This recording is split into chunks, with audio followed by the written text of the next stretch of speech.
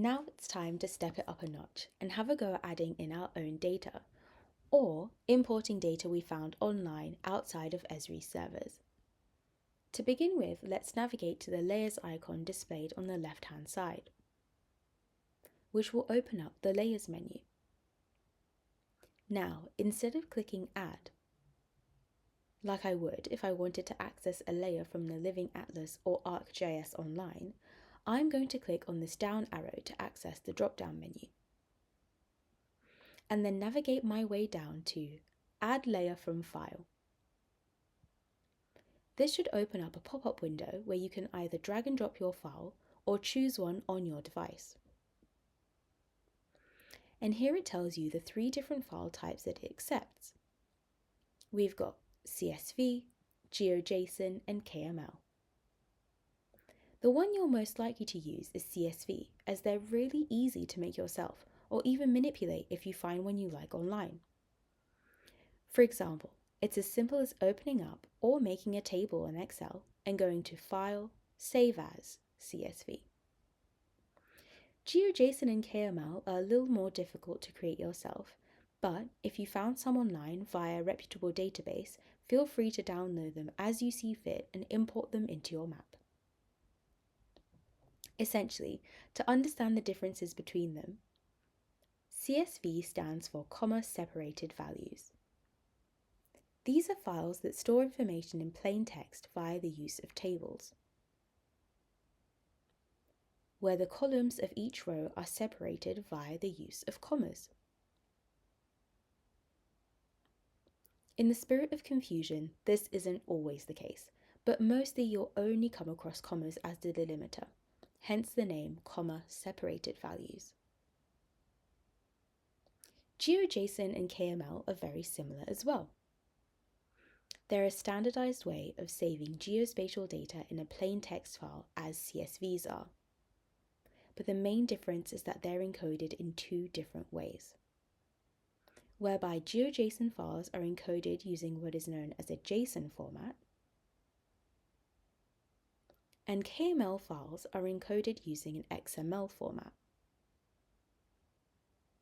Before we continue, an important thing to note about CSVs are that if you were to open them up in Excel, for example, as I've done here, the first row is what your field names are going to be. So it's really important that when you're creating this yourself, that you don't leave a blank row on top of this first row, because then the GIS will have a really hard time reading your file. And if you forget to include this first row completely, then the following row, which in this case are values that represent a bus stop, will instead represent the names of your different fields, which isn't very useful and can become quite frustrating later. So here what we can see is that each field or column has a different name. And going from left to right, we have ID, lat, and long. Now, let's close this file so we can import it into our map. We can now drag the file into the pop-up window and let the GIS analyze it. In this instance, the GIS is taking time to read the file and interpret how many fields there are and what they're called. It's also taking a moment to confirm with you if you're okay with these as your display names. Display names are really important because if they contain things such as spaces or special characters such as the percentage symbol, ampersand, or /, and these are just to name a few, they can create big problems in your map. This is because these symbols are not read correctly by every device, and not read correctly by every operating system either, meaning that if they are included, there is a possibility that your map can experience bugs or crashes, so it's best to avoid them altogether. The only character you can really add safely is the underscore. This is commonly used within the community to avoid spaces whilst maintaining readability. If you don't like this style, you can also use capital letters for each new word to create what is known as camel casing. This also avoids spaces while still differentiating between individual words. Moving on towards data types now. There are essentially 4 different ones that you can choose from. And the GIS does a really good job at selecting the right data type for you. So most of the time you can leave these as they are and move on. But just so you have a deeper understanding of what each one is, let's take a moment to go through them together. A string is a sequence of characters that can include the use of digits and symbols. The key takeaway here is that even if the entire sequence is made up exclusively of digits, this data type will always be treated as text. On the flip side, integers are always treated as numbers, and they can only accept digits. Importantly, these are numbers with no decimal points. The values can either be positive or negative, and therefore the use of a hyphen is authorized if it's placed at the start of your value. The same thing can be said for single and double. The only difference being that this data type only accepts what is known in the industry as floating point numbers, or in simple terms, decimals. And the only difference between single and double themselves are how many digits each can store, whereby double can store more digits than single can. With this information in mind, something to consider is how these data types interact with each other. Just because strings can be made up of digits doesn't mean that a field with a string data type will interact correctly with an integer or floating point data type. If you were to do calculations where you multiply 2 fields together, you will not be able to multiply a field that is stored as a string and one that is stored as a number. Because you can't multiply text, but you can multiply numbers. So it's helpful to think about how you'll be using your fields in the future.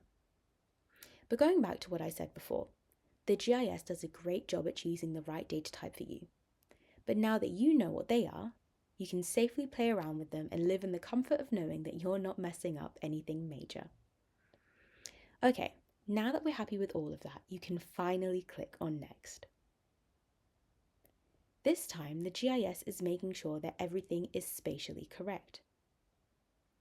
So it's basically asking, am I right that this is your latitude field?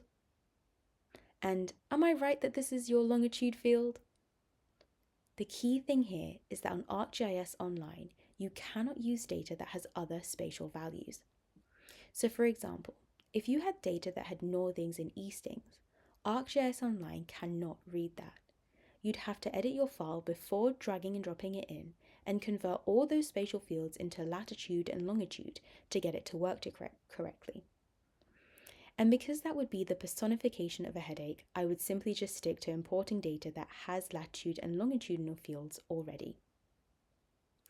Once you're happy with all of this, you can click Next. From here you can specify where you'd like to save this data on Esri's online platform. Here I can type in a title. For example, I'll name this one Test. And it also lets me choose which folder I'd like to store it in. This folder that you're seeing on my screen is the default folder. It will be whatever your name is. You can see that if I click through, I've got 3 other folders that I've created myself. If you want to, you can create a new folder by clicking here. Then you can give it a tag. Think of these like hashtags that help you boost your content if you choose to publish maps for others to use. These could be things such as United Kingdom, trees, carbon. They're things that provide contextual information about what other users would search for. Lastly, you can provide a summary. This acts as a description for what your map is showing, which can be useful as a personal reminder or as extra information if you choose to publish your map. For this video, I'm going to leave these blank as they're optional fields. And as you've all been waiting for, you can now click Create and Add to Map. It's going to think about that for a while, and hopefully add this data as one of my layers. Perfect! Here are all my bus stops located in London.